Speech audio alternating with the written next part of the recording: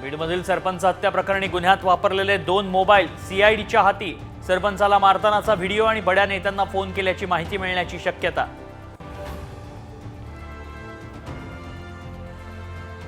राजकीय वादात अभिनेत्रीचं नाव जोडणं सुरेश धसांना शोभत नाही. प्राजक्ता माळींवरील वक्तव्यावर चंद्रकांत पाटलांनी सुनावले खडे बोल.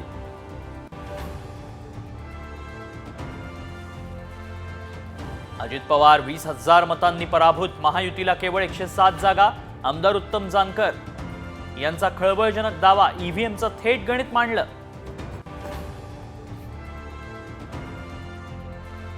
पुण्यातील भिंतींवर हिरवा रंग, चादर, फुलंही चढवली. पुणे शहरातल्या सदाशिव पेठेतला प्रकार.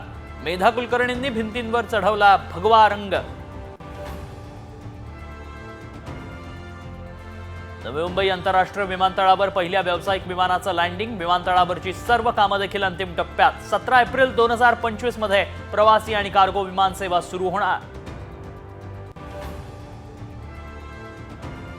वर्षाचा शेवटचा वीकेंड. सेलिब्रेशनसाठी कोकण. थंड हवेच्या ठिकाणी पर्यटकांची गर्दी.